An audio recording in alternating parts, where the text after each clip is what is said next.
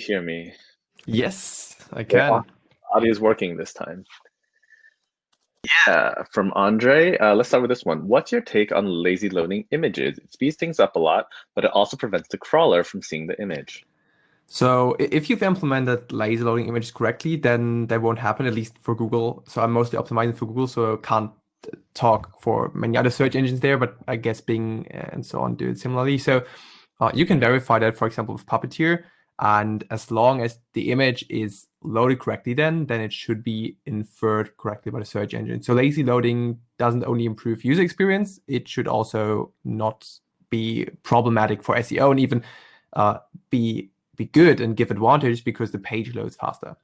But of course, if you don't implement it the right way, then Google might not crawl the images and you lose valuable rankings there for the image search, for example.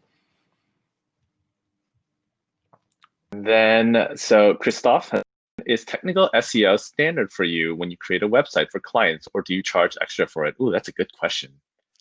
Good point. So I haven't done lots of project work in the last year, at least, more consulting. But when I've created, so usually when I create websites or talk with clients about a project, SEO is always a topic, especially technical SEO.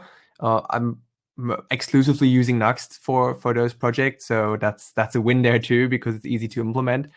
But of course, if they say like they want an application that's behind authentication, then SEO is not that important, only for landing and marketing pages. But if there's like a business website, a portfolio or something, then that's definitely always included. But it's of course also mentioned so they know it's part of it.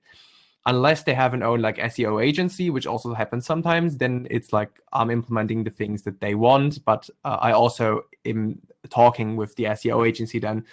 So that's more like a joint endeavor. Very nice. Great answer. Okay, so looks like Kevin would like to hear more about removing JavaScript from for crawlers through Nuxt hooks. Yeah, good point.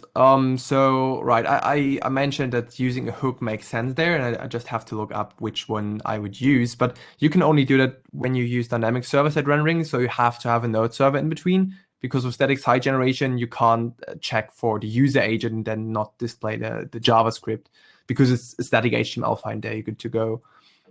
So that wouldn't work.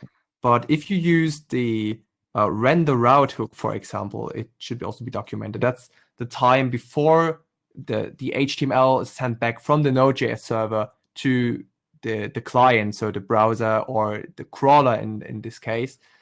There you can check the user agent and then take the result, use some, for example, Cheerio or some regex if you're really adventurous to remove all the JavaScript and then just send back the plain HTML without JavaScript. But for the normal user, just send all the things as usual. So they have the benefits of an SPA, but crawlers, they don't need that, obviously. So they can skip downloading all the JavaScript and the crawl budget should be way better. If not enough people watching the recording, of course, you can always shoot me a question on Twitter, and which I might not be able to answer. Yeah. So is there, from Nathan, is there anything SEO-wise coming with Nuxt 3 or ViewMeta next? So, I mean, right now we have the Nuxt.js composition API package, and in there you already have some composables to set meta tags and to set the head object. So I'm pretty sure this will be improved, and I unfortunately I can't give any more info about it because I simply don't know. But I'm pretty sure if there are ways to make SEO even more comfortable with Nuxt.js, then we'll figure them out. Yeah, no, ViewMeta is very popular. We're trying to add support for that in ViewPress right now, just because I know a lot of people enjoy being able to define properties that way. Yeah, I can imagine. I mean, I can't live without it, especially if you use server-side rendering, then it's a must-have. And even if not, like setting the title, just to have that you have a tab title over there is a must-have. All right. Well, thanks everybody for joining Alexander's Q&A. I guess we'll see you on the main stage and see you around the conference. See you. All right.